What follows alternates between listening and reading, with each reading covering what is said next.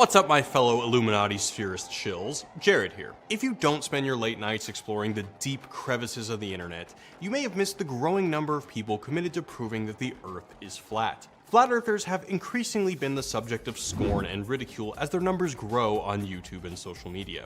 And while rehashing debates that were concluded centuries ago is fun, I'm not exactly here to prove that the Earth is round. Instead, I want to talk about how Flat Eartherism speaks to another crisis. Namely, how do we know that we know shit?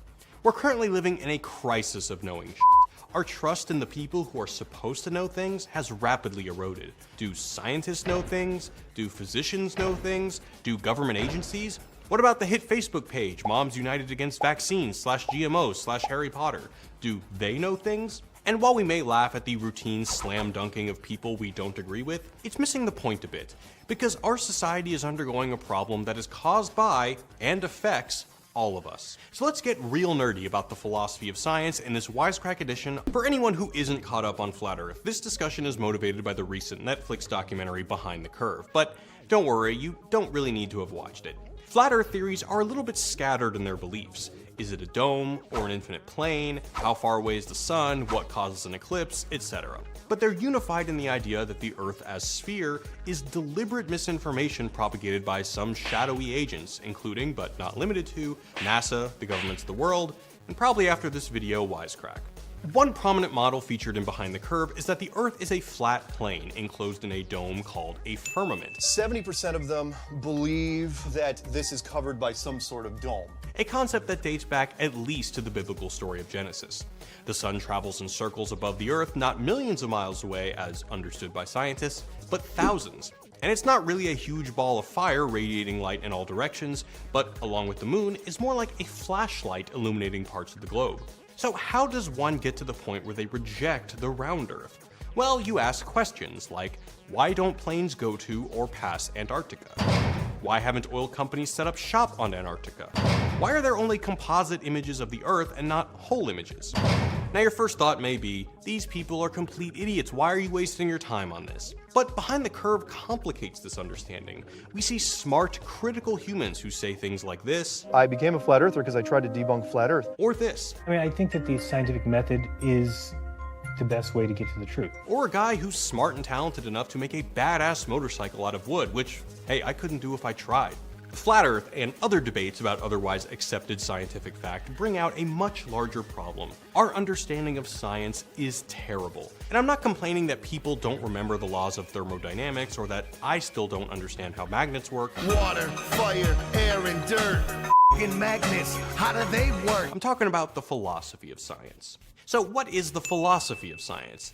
It's philosophy, obviously, that asks questions like, how do we distinguish science from non-science? And with that, how should we weigh evidence when testing a hypothesis? What kind of evidence is acceptable? Basically, how do we know if we know shit? You might remember learning the scientific method, and that's part of it, but it barely scratches the surface. There are a lot of philosophies of science, and I'm not here to tell you what the right model is. It's important to understand that all of these frameworks have strengths and weaknesses.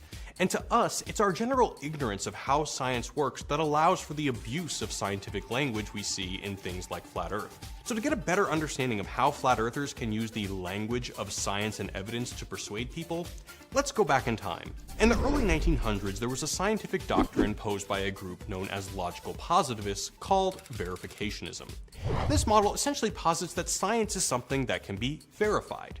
If it can't be verified, it ain't science. So philosophical statements like the meaning of life is be excellent to each other. Not science because, how would you verify that?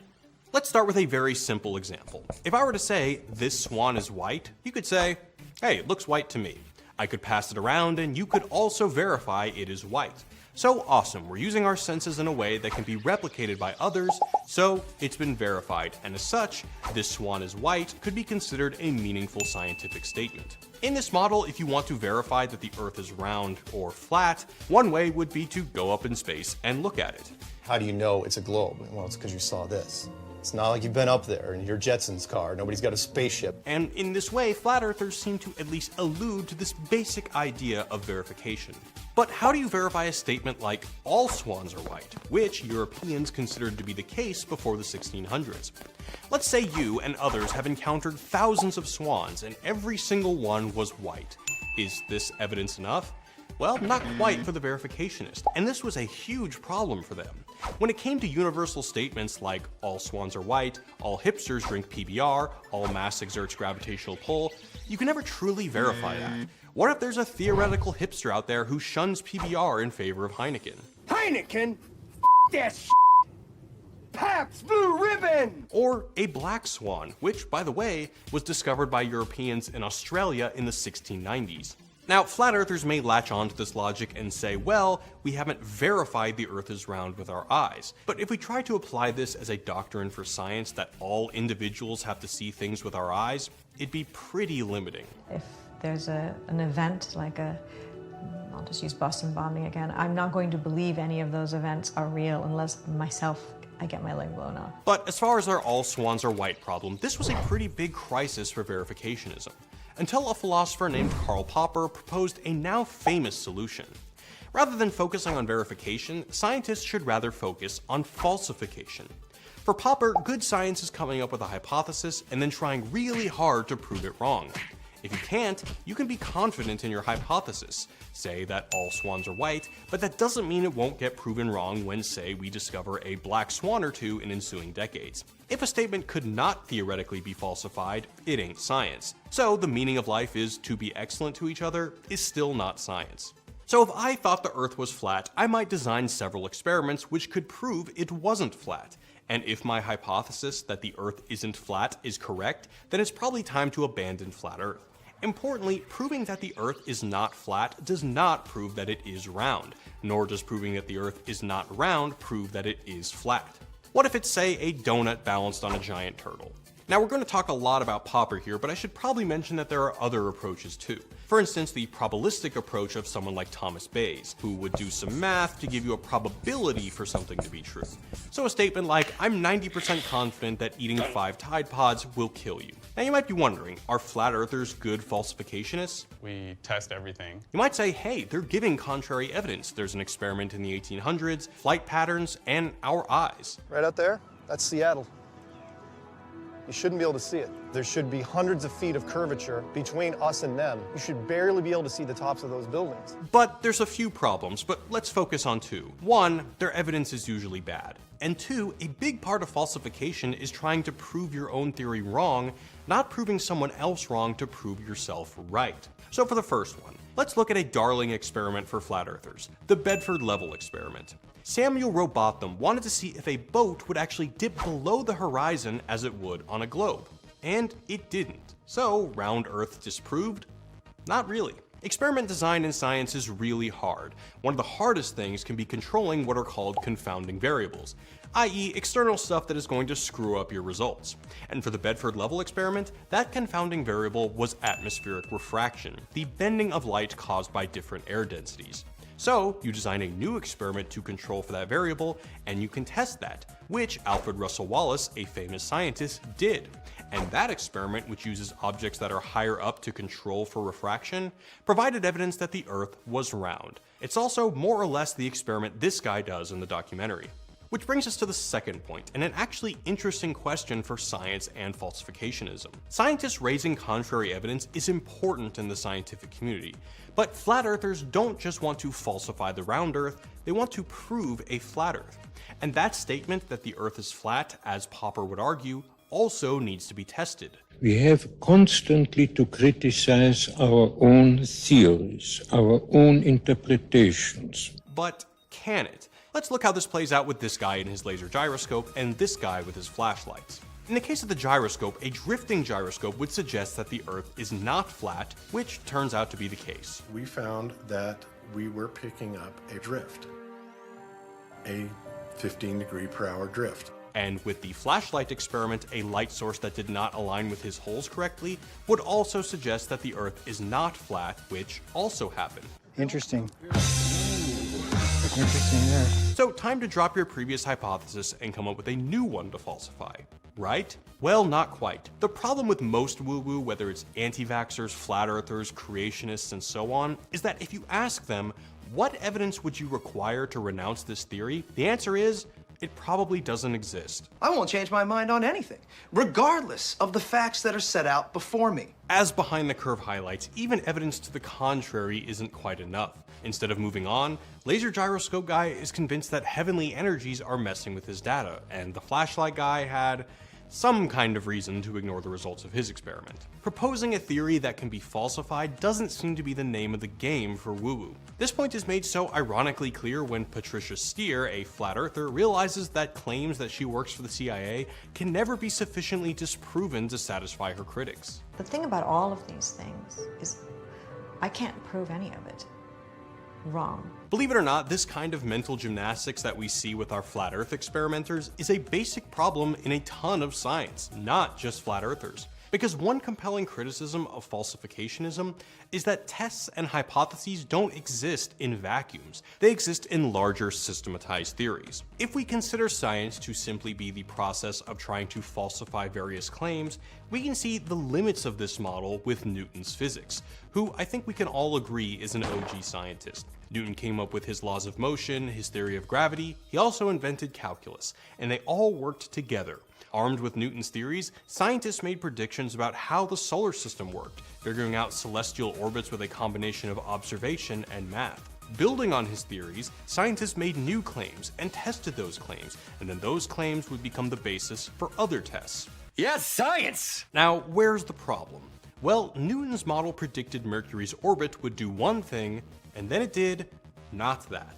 So, does this falsify Newton's model? And if so, should we all just drop it and move on? Of course, he also thought he could turn metal into gold and died eating mercury, making him yet another stupid bitch! Well, in contrast to falsificationism, physicist Thomas Kuhn understands science as working in paradigms.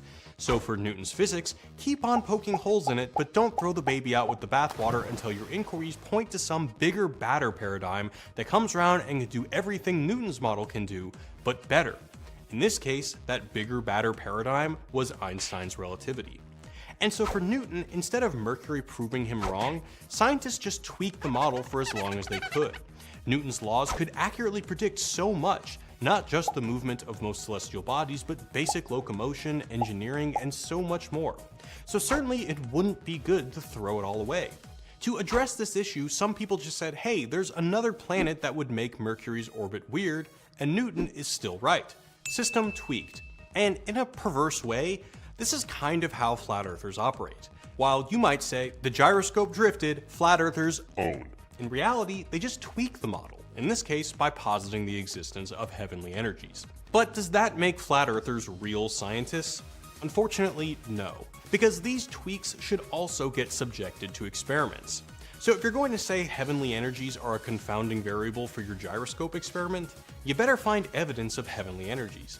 And if you can't find any, maybe you should ask, is my model wrong? Maybe I should test a new hypothesis that the Earth is round. According to Thomas Kuhn, this is how science works. You have scientists working off a bunch of unquestioned assumptions that gravity works like this, motion works like this, and then contrary evidence starts piling up. The system isn't overturned until someone comes along and suggests a new foundation to work off of, and then scientists kind of duke it out over who is right.